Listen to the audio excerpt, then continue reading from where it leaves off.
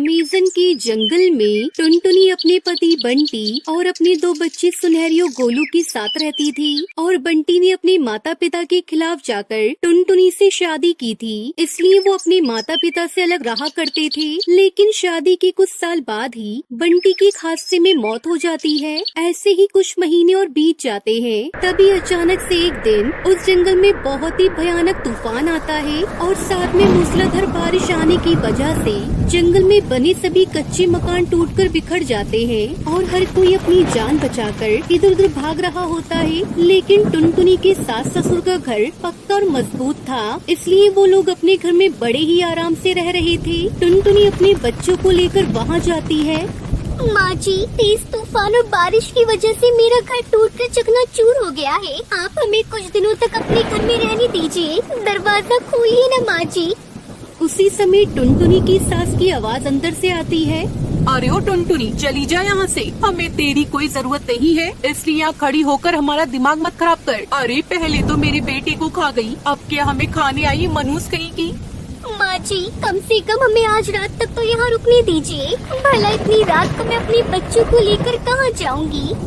लेकिन उसके सास ससुर दरवाजा नहीं खोलते। बेचारी हार कर अपनी और अपने बच्चों की जान बचाने के लिए जंगल के पुराने खेत में जाती है। और खेत के पास पहुंचते ही टुनटुनी देखती है कि उसके खेत के अंदर बहुत ही सुंदर कच्चे केले की फसल लहरा रही थी। ये देखकर टुनटुनी हैरान हो जाती है, क्योंकि आज तक उस बंजर खेत में कोई भी फसल नहीं उगी थी और इसी वजह से बंटी को बाहर कमाने जाना पड़ता था। लेकिन आज उसी बंजर खेत में केले की इतनी सुंदर फसल देखकर वो बहुत हैरान होती है। लगता है कि शायद किसी और पक्षी ने इस खेत में केले की खेती करी है। ये देखकर सुनहरी अपनी माँ से कहती है, माँ, यहाँ कितना अच्छा लग रहा है ना। और देखो यहाँ पर केले की कितनी सुंदर फसल होगी। अब तो हम इस केले को बेचकर अपने लिए नया घर भी बनवा पाएंगे।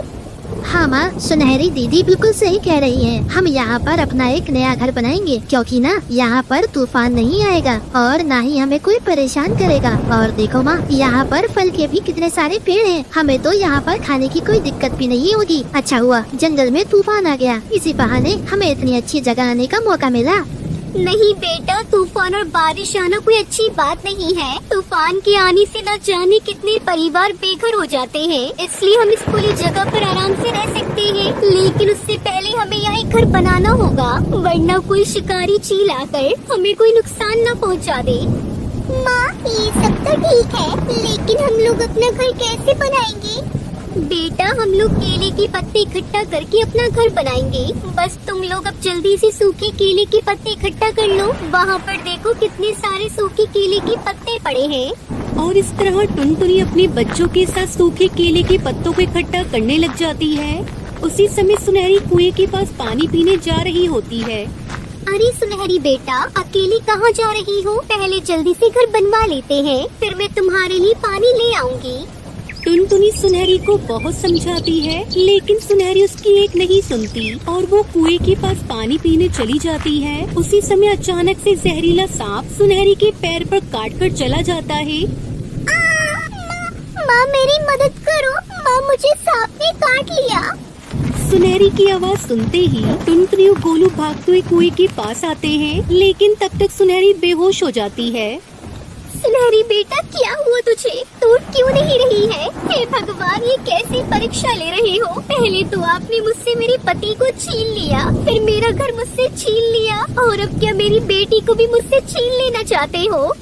इतना कहकर टुनटुनी फूट फूट कर रोने लगती है। तभी उस केले की फसल से सोने की तरह चमकती रोशनी निकलती है और एक आवाज आती है, घबराओ मत टुनटुनी, मैं एक जादुई केले के पत्तों की फसल हूँ। मैंने तुम्हारी सारी बातें सुनी है कि तुम किस तरह अपने बच्चों को फसल के बारे में अच्छी शिक्षा दे रही थी, और तुम्हारी यह अच्छाई देखकर मुझे बहुत अच्छा लगा, इसलिए मैं तुम्हारी मदद करना चाहती हूँ। मैं तुम्हारी बेटी को फिर से पहले की तरह ठीक कर दूंगी, फिर तुम मेरे जादुई केले के पत्तों से अपने लिए एक अच्छा सा घर बनाओ, जिसमें तुम्हारा परिवार बिना किसी तकलीफ के रह पाएगा।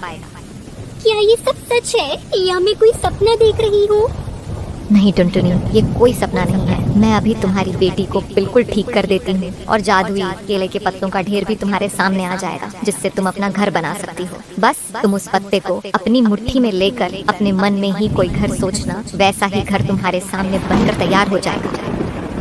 उस जादुई केले के पत्तों की फसल की बात सुनकर टुनटुनी बिल्कुल वैसा ही करती है। वो अपनी मुट्ठी में केले के पत्तों को लेकर अपनी आंखें बंद कर लेती है और उसकी आंखें बंद करते ही जैसा उसने घर सोचा था वैसा ही केले के पत्तों का घर बनकर तैयार हो जाता है। वो दिखने में बहुत ही सुंदर लग रहा होता है और कुछ ही देर में सुनहरी को भी होश आ जाता है।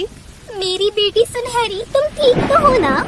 इतना कहकर टुनटुनी जैसे ही पीछे मुड़कर देखती है तो वो भी हैरान हो जाती है, क्योंकि वहाँ पर जादुई केले के पत्तों से बना हुआ एक बहुत ही शानदार घर बनकर तैयार हो जाता है, जो कि एक जादुई घर होता है। और उसके बाद टुनटुनी अपने दोनों बच्चों को लेकर उस जादुई केले के पत्तों के घर के अंदर चली जाती है, जहाँ पर उनकी सुख सुविधा की सारी चीजें पहले से ही मौजूद होती है। ये सब देखकर सुनहरी और गोलू बहुत खुश हो जाते हैं और अब वो तीनों वहाँ पर खुशी खुशी रहने लगते हैं।